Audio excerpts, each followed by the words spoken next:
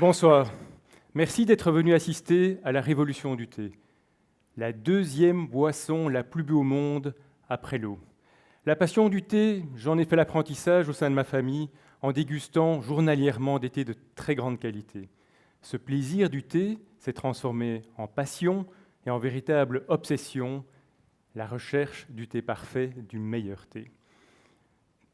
Durant ma carrière, pendant 20 ans, j'ai travaillé dans la création de goûts et j'ai profité de ces années également pour perfectionner ma connaissance du thé auprès de grands maîtres thé indiens et chinois. J'ai également observé durant cette période le paradoxe du thé de qualité.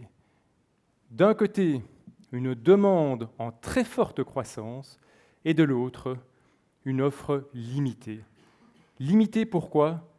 À cause des problèmes de préparation. Un thé de qualité est complexe, ennuyeux, long à préparer.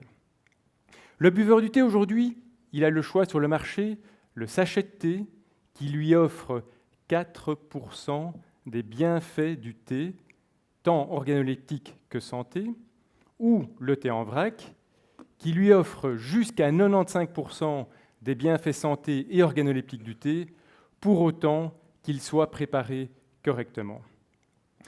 Et c'est cette problématique de la préparation du thé qui est au cœur de notre sujet.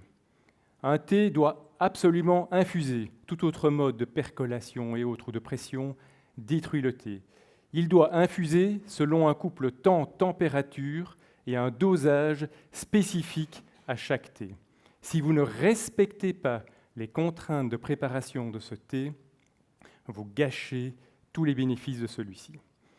Les acteurs du thé mondiaux sont également frustrés, parce que même si le thé de qualité augmente de 12% l'an depuis 2004, force est de constater que le thé a 20 ans de retard sur le café, qui a vécu sa révolution avec l'arrivée de systèmes Nespresso sur le marché, qui a transformé le café en un produit banal, en un produit gourmet. Thé, c'est évidemment un système qui vous permet d'infuser de manière parfaite et pratique chaque type de thé pour vous délivrer une boisson délicieuse à chaque tasse. Cela comprend, comme vous le voyez, une capsule transparente qui conserve parfaitement le thé, une véritable chambre d'infusion, un système de reconnaissance qui définit le couple temps-température et un système unique de rinçage qui permet d'infuser un thé l'un après l'autre sans la moindre pollution organoleptique. L'ensemble de ces solutions techniques, tant sur la capsule que sur la machine, ont été brevetées au niveau mondial. Ce système est également une gamme orientée vers le consommateur. Aujourd'hui, le thé est quelque chose de fort incompréhensible pour les communautés européennes. Donc, nous avons retravaillé cette gamme pour obtenir une gamme qui soit compréhensible et accessible, c'est-à-dire un thé pour chacun, un thé pour chaque moment et un thé pour chaque besoin, pour chaque envie. Ce thé parfait, nous avons souhaité le valider auprès de professionnels du thé, et entre autres chez Elsoni Lyon, qui est le leader européen de l'import-export de thé, et qui, après la dégustation de notre système, a déclaré « Thé est le meilleur système sur le marché qui prépare le thé de qualité avec une machine ». Business model similaire à Nespresso, les marges se font essentiellement sur la vente des capsules. C'est un produit à haute valeur ajoutée, avec des marges élevées et en même temps un produit de masse, donc qui génère à terme des profits très importants. Comment aller sur le marché ? 2 phases.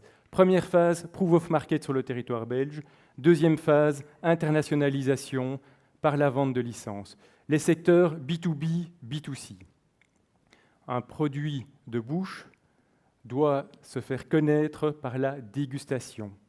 Il est fondamental de créer aujourd'hui un réseau d'ambassadeurs qui va créer une véritable viralité, qui auront une machine à disposition chez eux, à la maison, au bureau, dans leur magasin, dans leur garage, qui pourront faire ces dégustations et, soutenus par la presse et par les réseaux sociaux, créer viralité du concept. T, c'est également une équipe de compétences, avec Pierre Mottet, notre président, qui est l'ex-CEO d'IBA, qui a amené une spin-off à une société multinationale aujourd'hui, avec Christian Léonard, spécialisé en business développement et en licence, Denis Maigret, qui est un ex-manager marketing de chez Danone et qui a lancé Actimel en Europe avec succès, et Arno van der Smissen, qui a passé 20 ans professionnellement dans le lancement de produits food et boissons. Les next steps aujourd'hui, c'est finaliser l'industrialisation pour être sur le marché début 2016. 50 à 300 000 euros levés via MMI, dans une levée de fonds de 2 millions, dont 50% sont déjà souscrits. Quelques chiffres sur le marché belge, démarrage début 2016, un break-even en 2018, avec un parc machine installé de 14 000 machines, un chiffre d'affaires de plus de 5 millions et un EBITDA de 600 000 euros minimum. Si on regarde l'horizon 2020, nous avons un chiffre d'affaires de 15 millions et un EBITDA qui dépasse les 6 millions. Je vous invite ce soir à participer à cette aventure entrepreneuriale belgo-belge qui sera demain, je pense, le Nespresso du thé. Merci.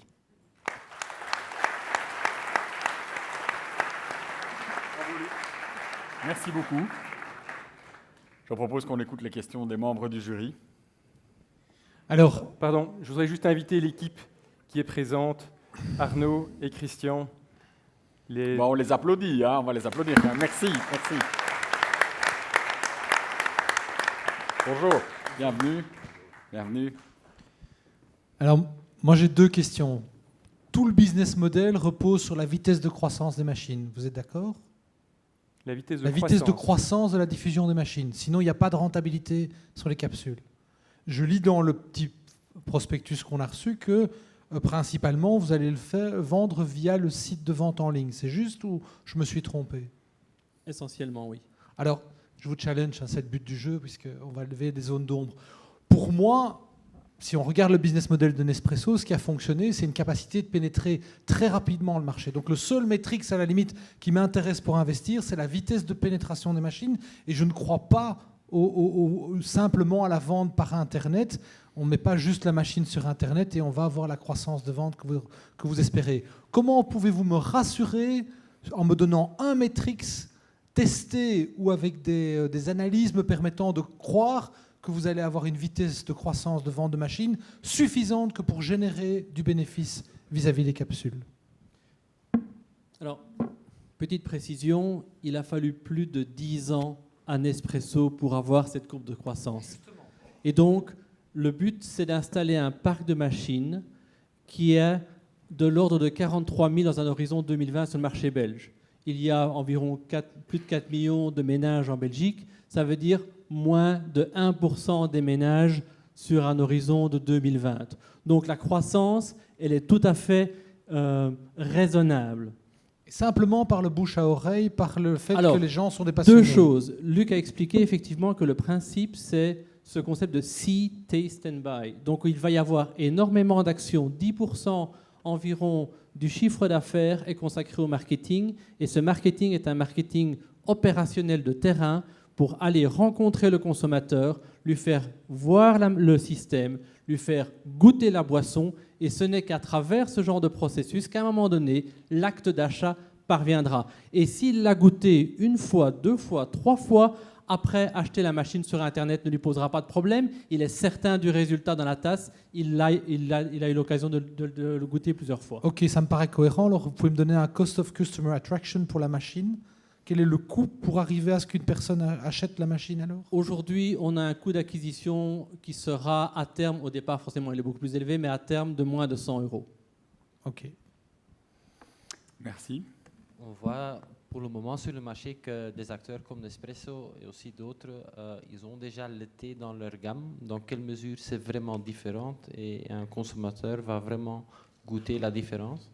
Alors, nous avons fait, pour répondre d'abord à la fin de votre question, la différence nous avons organisé des tests consommateurs en Allemagne, en France et en Belgique, où nous avons fait des tests comparatifs. Et nous sommes à 95%, je dirais, positifs par rapport aux autres systèmes. Alors pourquoi ? Tout simplement parce que notre système infuse, et le thé doit être infusé. Si vous percolez donc, tous les systèmes où l'on vient mettre du thé dans une machine à café ou dans un multi-boisson, eh bien, vous avez un résultat qui est déceptif. Et bien entendu, la question peut venir maintenant, comme vous parlez de Nespresso, Spécialité qui a sorti une machine. Ils ont vendu beaucoup de machines parce qu'il y a un véritable attrait aujourd'hui pour ce genre de concept. La seule chose, c'est qu'ils n'ont pas un système d'infusion et que le résultat dans la tasse est déceptif. Et que donc, les gens sont prêts à rentrer dans un système comme celui-là s'il y a une véritable expérience consommateur. Il faut de la praticité, mais il faut de la qualité. Si vous supprimez l'un des deux, vous perdez le bénéfice de votre projet.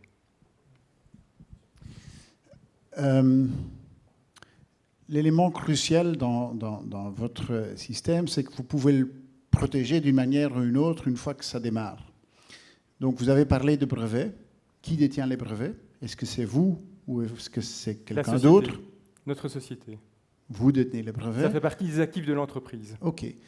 Est-ce que c'est un système ouvert ou pas ? Fermé. Disons que j'achète cette machine qui est fabuleuse. Et à un moment donné, d'autres producteurs de thé se disent on va faire les mêmes capsules et on va venir vendre des capsules dans votre système. Le bénéfice s'en va. Non, c'est un système fermé. Donc il y a des brevets et sur la capsule et sur la machine et des brevets qui s'entrecroisent pour empêcher toute introduction d'autres capsules dans notre système. L'objectif du brevet, c'est d'empêcher quelqu'un d'autre de faire la même chose, mais empêcher également d'autres de venir dans notre système. Alors, je vois dans la répartition des investissements, investment capex 35%. Ça veut dire que là, la machine tourne en prototype de très petite série. Vous devez encore faire une large série de 5000 pièces. C'est juste ? Alors effectivement, les investissements seront dans les 2 premières années majoritairement orientés vers des capex, parce que comme il faut mettre en place toute une logistique d'industrialisation, les coûts d'acquisition des moules pour les injections plastiques et autres représentent durant les 2 premières années une partie significative des 2 millions recherchés effectivement. Que pouvez-vous me dire pour me rassurer sur le risque industriel de ce premier batch de 5000 pièces ? Que nous avons fait un premier batch de prototypes réels qui ont démontré leur efficacité, qu'aujourd'hui nous avons un second batch de 15 prototypes pour lequel on s'est rapproché au plus près des matériaux industriels qui tournent, qui vont passer maintenant par des tests d'endurance, qu'il y a une pré-certification CE de ces différents batchs et que dès lors le risque industriel sera nettement diminué. Merci beaucoup, messieurs les membres du jury. Je propose que nous écoutions les questions qui nous arrivent par le SMS ou par Twitter. Simon ? Question par SMS. Où peut-on trouver le produit ou comment peut-on se le procurer ? Alors, le produit sera en vente, bien entendu, via le net. Nous avons également une politique de création de shops éphémères, donc qui pourront tourner, en tout cas dans cette première phase de proof of market sur le territoire belge.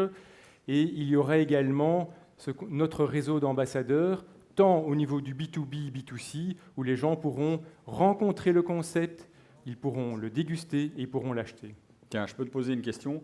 Est-ce que ce réseau d'ambassadeurs, tu pourrais accueillir tous les gens qui investissent dans ton entreprise comme candidats ou ambassadeurs dans ton réseau, par exemple ? Bien entendu. Nous, notre objectif est que tous les actionnaires, les partenaires de tes concepts puissent avoir à disposition une machine pour qu'ils puissent nous enrichir de l'expérience consommateur et créer cette viralité. C'est vraiment l'objectif de créer une communauté. Merci beaucoup pour ta réponse. Est-ce qu'il y a encore une question que tu veux poser, Simon ? Oui, deuxième question de Tom Van Acht par Twitter. If they really believes in the 1% market adoption... Tu peux le lire en français lentement parce que tu vas tellement vite qu'il y a à peu près 5% de la salle qui comprend pour l'instant. Merci, Simon. Si tes concepts croient vraiment dans le 1% du marché pour se lancer en Belgique, pourquoi pas lancer en Chine ? Alors oui, non mais... Vendre du thé aux Chinois, hein, c'est un concept intéressant. Non, mais il ne faut pas croire. Il y a en Chine le développement d'une classe moyenne qui est justement très intéressé par tout ce qui est nouveau concept. On se rend compte que dans tous ces pays qui sont dans des phases de développement, ils sont très friands de toutes ces nouveautés, de tous ces nouveaux concepts. Ça, c'est une première chose. La deuxième chose, c'est qu'en démarrant, nous pensons, d'abord, c'est très loin. À gérer d'ici, c'est quand même un petit peu compliqué. C'est un marché qu'on ne connaît pas bien. Et qu'a priori, c'est peut-être pour une société de la taille de la nôtre, prendre des risques, même au niveau de la propriété intellectuelle sur un marché tel que celui-là. Cependant, j'ai une question. Ta machine, elle est made in China ou elle est made in Europe? Pour l'instant, elle est made in Belgium. Ah, mais bravo! Bravo! Parce qu'il y a Raison de plus pour la vendre aux Chinois, il a parfaitement raison, Tone. Parce qu'il y a aussi, pour répondre encore à la question, c'est que le principe de l'internationalisation se fera via des licences. Parce que si on veut développer nous-mêmes en stand-alone les différents marchés, ça va coûter des millions et des millions et des millions, des années de développement, de déploiement. L'autre chose, c'est que le bénéfice également de la licence, c'est que vous pouvez avoir des partenariats avec des acteurs locaux qui ont soit déjà accès à tous les réseaux de distribution ou qui ont déjà une vraie notoriété sur leur marché. Merci beaucoup. Je pense que ceci clôture les questions à tes concepts. Je crois qu'on peut les applaudir très fort et les remercier. Bravo, messieurs.